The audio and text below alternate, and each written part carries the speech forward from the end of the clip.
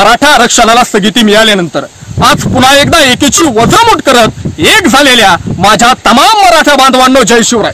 मी निलेश दिलीप जगताप जिगुरी होय, मी मराठा बोलतोय। सगळ्या जाती धर्माचा सन्मान राखणारा, छत्रपती शिवाजी महाराज फुले शाहू आंबेडकरांच्या विचारांचा वारसा सांगणारा मराठा बोलतोय। मी आज काय तुम्हाला हातात दगड घ्यायला लावणार यातला नाही, मी काय हातात कायदा घ्यायला लावणार यातला नाही, तुम्हाला भडकवायला मी बोलणार नाही, अजिबात बोलणार नाही। मुळात तो माझा पिंडच नाही। तुम्ही कोणत्या पक्षाचे आहात याचा मला काहीच फरक पडत नाही। मुळात आज मराठा समाजावरती अन्याय झालाय। आम्ही राज्यघटनेचा आणि न्याय व्यवस्थेचा आदर करतो, पण आरक्षण मिळवण्यासाठी मराठ्यांनी प्रचंड मोठा त्याग केलाय। अनेकांनी स्वतःच्या आयुष्याची होळी केली, हजारो लोकांचे संसार उद्ध्वस्त झाले।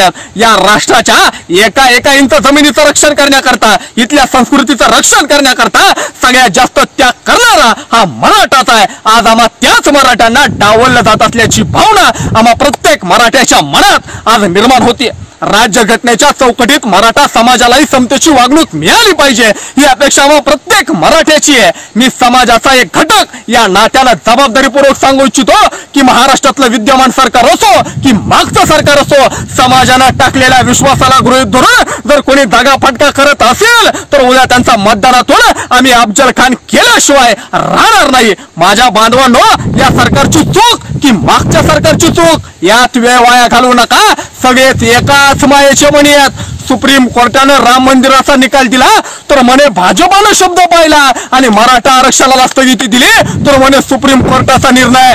वारे वा, या राज्यात महाविकास आघाडीचं सरकार आहे। महाविकास आघाडीचं सरकार स्थापन होत असताना पवार साहेबांनी किती गणित जुळवली या देशाने पाहिलंय। पवार साहेब, महाराष्ट्रानं तुमच्यावरती प्रचंड प्रेम केलंय। साहेब, एक मराठी माणूस म्हणून मला तुमचा प्रचंड अभिमान आहे। तुमचं पावसातलं भिजणं पाहून आमचे डोळे सुद्धा पाणवले साहेब। पण साहेब, आज आमच्या पोरांच्या भविष्यासाठी तुमचे डोळे सुद्धा पाणवू द्या साहेब। साहेब, सत्ता स्थापनेसाठी जेवढं गणित जुळवली ना, आता मराठा आरक्षणाची स्थगिती उठवण्यासाठी सुद्धा तेवढी गणित जुळवा साहेब। साहेब, वेळ पडली ना तर महाविकास आघाडीचं सरकार बनायला लावा, पण संसदेत कायदा करून मराठा आरक्षण मिळवून द्या। श्रेय घेण्यासाठी सगळेच पुढे येतात, पण अडचणीच्या काळात एकमेकांकडे बोट दाखवून सगळेच मोकळे होत आहेत। देण्याची भूमिका असेल ना तर राज्य सरकार समर्थकांनी राज्याकडे आणि केंद्र सरकार समर्थकांनी केंद्राकडे पाठपुरावा करायलाच हवा। तुमच्या सत्तेच्या संघर्षात आम्हा मराठा समाजाच्या भवितव्याचा बळी जातोय ही आता चालणार नाही। जिसकी जितनी संख्या भारी उसकी उतनी भागीदारी हा काय फक्त तोंड पूजेचा प्रसाद नाही। आता यासाठी वाटेल तो मार्ग स्वीकारण्याची तयारी ठेवली पाहिजे। कोणावर अन्याय करायचा नाही आणि कोणाचा अन्याय सहन करायचा नाही, हे छत्रपती सूत्र आहे। सत्तेला आणि पदाला चिकटलेल्या समाजातील आमच्या सर्वपक्षीय डांबरट दलालांना मराठा समाज जोपर्यंत लाथाडत नाही तोपर्यंत मराठा आरक्षण मिळणं शक्य आहे। आरक्षणाचं ढोंग करून स्वतःचा खिस्सा गरम करणाऱ्या प्रवृत्तींना आता अद्दल घडवावी लागणार आहे, अन्यथा आरक्षण हे मृगजय बनून जाईल। तुमच्या राजकारणापायी गरीब शेतकऱ्यांच्या पोरांचे आयुष्य बर्बाद करू नका। आमचा लढा फक्त जातीचा नाही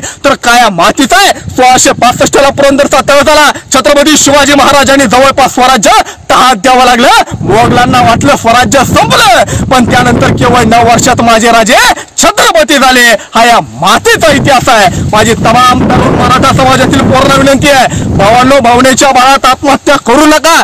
काही करा, पण इथून पुढे आत्महत्या करायची नाही। तुम्ही आहात तर आरक्षणाला महत्व आहे। मराठा विद्यार्थ्यांनो, तुम्ही अभ्यासाकडे अजिबात दुर्लक्ष होऊन देऊ नका। तुम्ही अभ्यास करा आणि या केंद्र आणि राज्य सरकार सहित सगळ्या राजकीय नेत्यांची ठासून मराठा आरक्षणावरची स्थगिती उठवून पुन्हा मराठा आरक्षण अंमलात आणू। तर आज माध्यमगड, शिक्षणगड, न्यायगड, प्रशासन गड जिंकायचा आहे। हातात तलवार घ्यायची, पण ही तलवार आता लेखणीची घ्यायची आहे। आज या निमित्तानं सगळे जुने दिवस आठवले। याच महाराष्ट्रात मराठ्यांनी 58 मोर्चे उभे केले की त्या इतिहासामध्ये किल्ल्यामागून किल्ले जिंकणाऱ्या मराठ्यांनी वर्तमानात जिल्ह्यामागून जिल्हे जिंकले। कराड पासून वराड पर्यंत, मानदेश पासून खानदेश पर्यंत, हरियाणा पासून ते कामानिमित्त लंडनला गेलेल्या मराठ्यापर्यंत जगातला तमाम मराठा एक झाला। भगवे टोपे, भगवे झेंडे, भगवे स्कार्फ आणि निशब्द वातावरणात निघालेले मराठ्यांचे रेकॉर्ड ब्रेक 58 मोर्चे या देशानं पाहिलं। आधी मला आठवतंय ज्यावेळेस आमची परभणीची 5वीतली आदिती देशमुख नावाची पोरगी सर मला उद्या मोर्चाला जायचंय म्हणून अर्ज घेऊन शाळेला अर्ज देऊन शाळेला सुट्टी घेऊन आमच्या परभणीच्या मोर्चात हजेरी लावते. आमचे बीडचे डॉक्टर मोरे हॉस्पिटलच्या बाहेर बोर्ड लिहितात की उद्या माझ्या समाजाचा मोर्चा आहे म्हणून मला मोर्चाला जायचंय म्हणून हॉस्पिटल बंद राहील. आमचा त्या ठिकाणी कोल्हापूरचा समीर मोरे नावाचा तरुण स्वतःची 2 व्हीलर विकतो आणि आलेल्या पैशातून 3 ते 4 4 व्हीलर भाड्यानं करून आपल्या समाजातील पोरांना कोल्हापूरला घेऊन जातो. आमच्या मुंबईच्या मोर्चामध्ये हिलाबाई नावाची 85 वर्षाची म्हातारी जिला चालता येत नव्हतं ती वाकत वाकत का होईना मात्र मोर्चाला जाते. आमचा त्या ठिकाणी नांदेडचा मोर्चा पाठवला की मला आमचा राहुल आठवतो ज्या राहुलला चालता येत नव्हतं एका पायावरती चालत आमचा राहुल आमच्या नांदेडच्या मोर्चात सामील झाला आहे. सगळे आज या निमित्तानं आठवत आहे. शांततेनं लाखोचे मोर्चे काढणारे आम्ही मराठे पण त्याच वेळेस एखादी अँब्युलन्स आली ना तर तिला सुद्धा मोकळी वाट करून देणारे आम्हीच मराठे आहेत.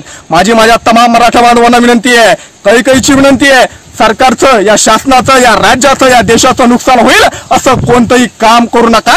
आपल्याला कायद्याची मार्गानेच लढावं लागणार आहे. शेवट एकच सांगेन एका देशात एकच न्याय हवा. तमिळनाडू सारखा न्याय महाराष्ट्राला सुद्धा हवा. इतिहास सांगतो ज्यावेळी मराठा संघटित झाला त्यावेळी दिल्ली त्यानं पायदळी तुडवली. आटके पार झेंडे लावण्याची ताकद फक्त आणि फक्त याच मराठ्यांमध्ये आहे. पुन्हा भेटू काळजी घ्या.